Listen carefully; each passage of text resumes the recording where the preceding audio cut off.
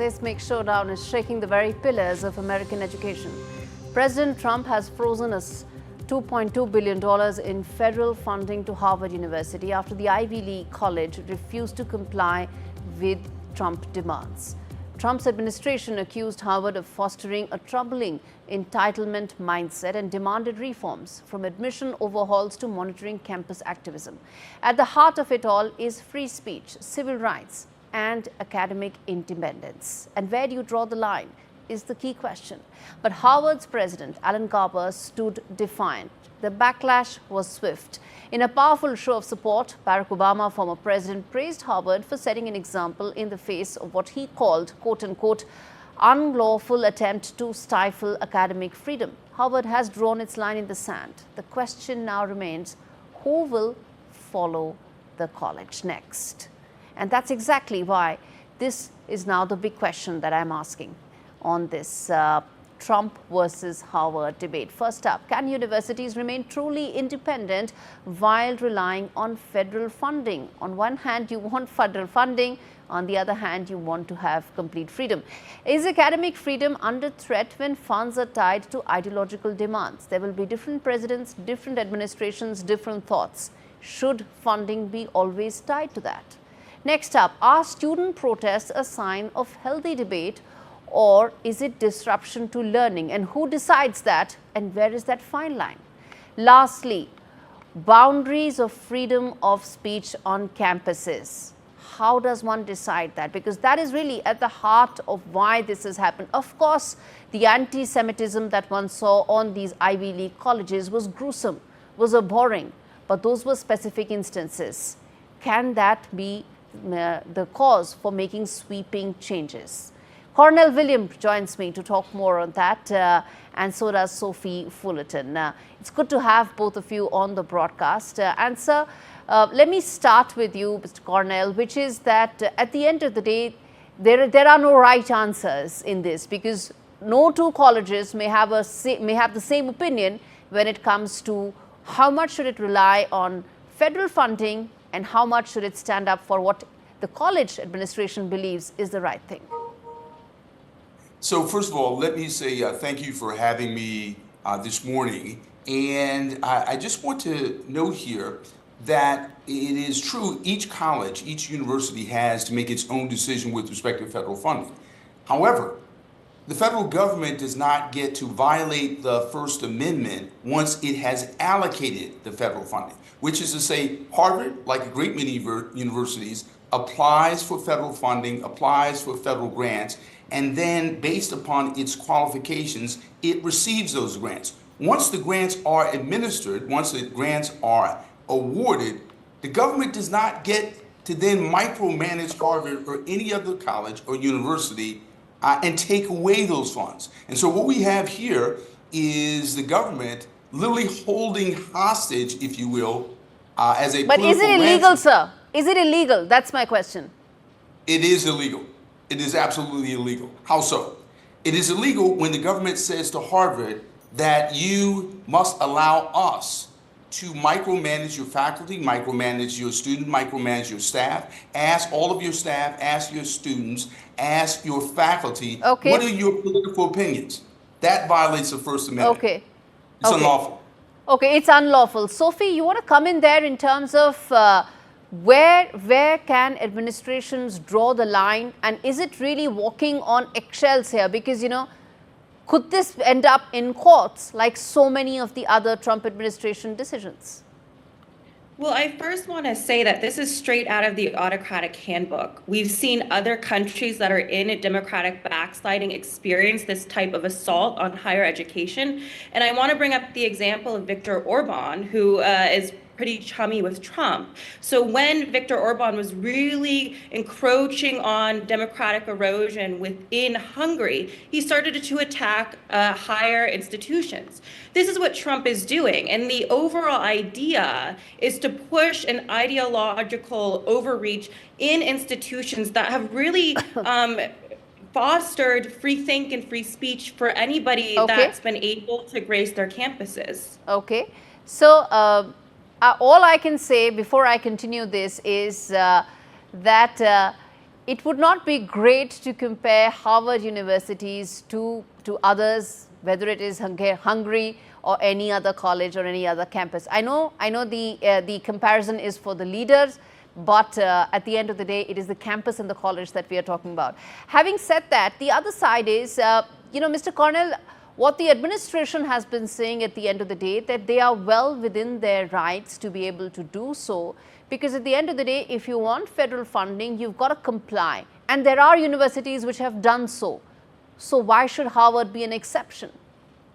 Let's be very clear here. So the Trump administration is essentially saying that it can suspend federal funding based upon two laws. Essentially, one law, Title VI, which says you can't discriminate in the use of federal funds.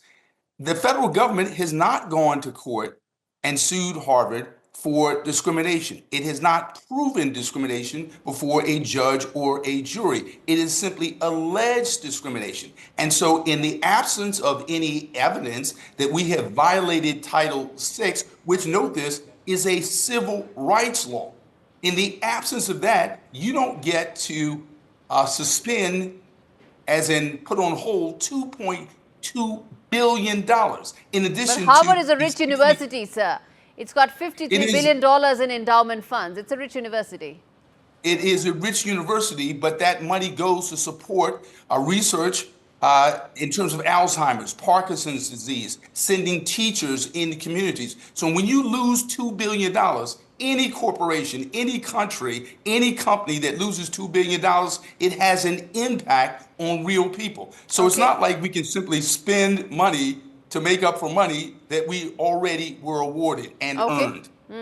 Sophie, Columbia University has agreed to the demands of Trump administration, setting the tone really that other universities may follow suit. So I want to ask you the same question, which is that why should a specific university be an exception when it comes to law of the land?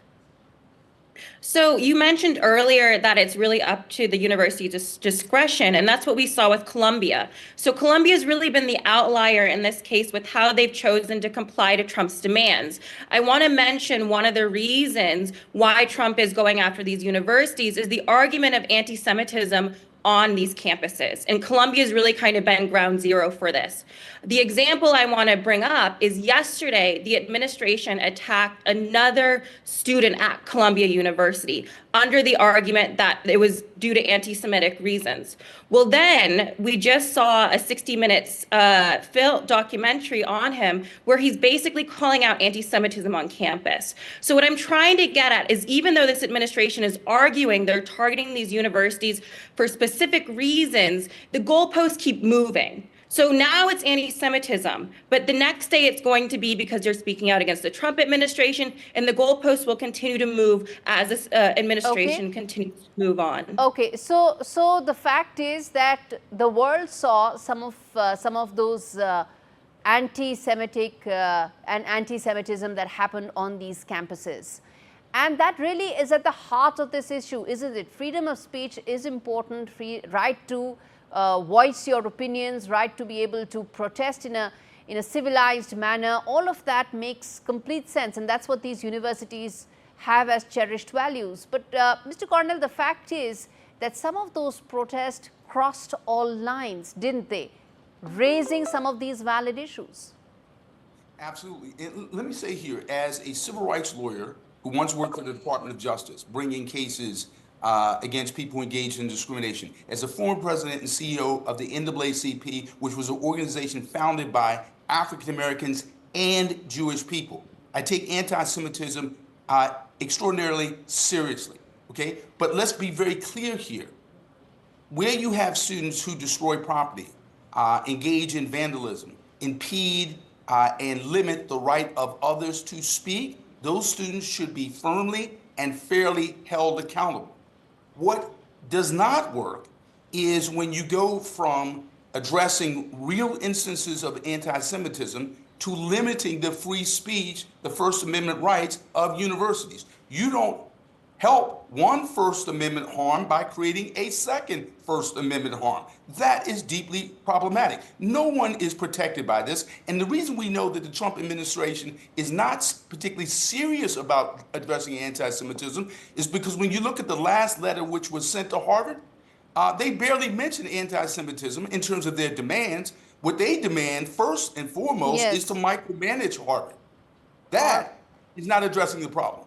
Okay, all right. I'll leave it there. Thank you so much, both of you, for joining me on Interglobal. This is an issue that impacts the world because these are Ivy League colleges where the world wants to go and study. And bottom line, really, viewers, is just that these Ivy League universities attract global talent. They attract the brightest and the best minds from around the world. And what's happening at these universities is something that will impact best talent globally going forward. Freedom of speech is not absolute. Neither is the clampdown against it. Both need to now have a moderation. And that moderation is essentially what will define Trump administration's dealings with these Ivy League universities and campuses going forward. They want to attract the best talent, but they also want to attract federal funding. And that fine line between what is acceptable and what cannot be in the garb of freedom speech is essentially going to test the Trump administration.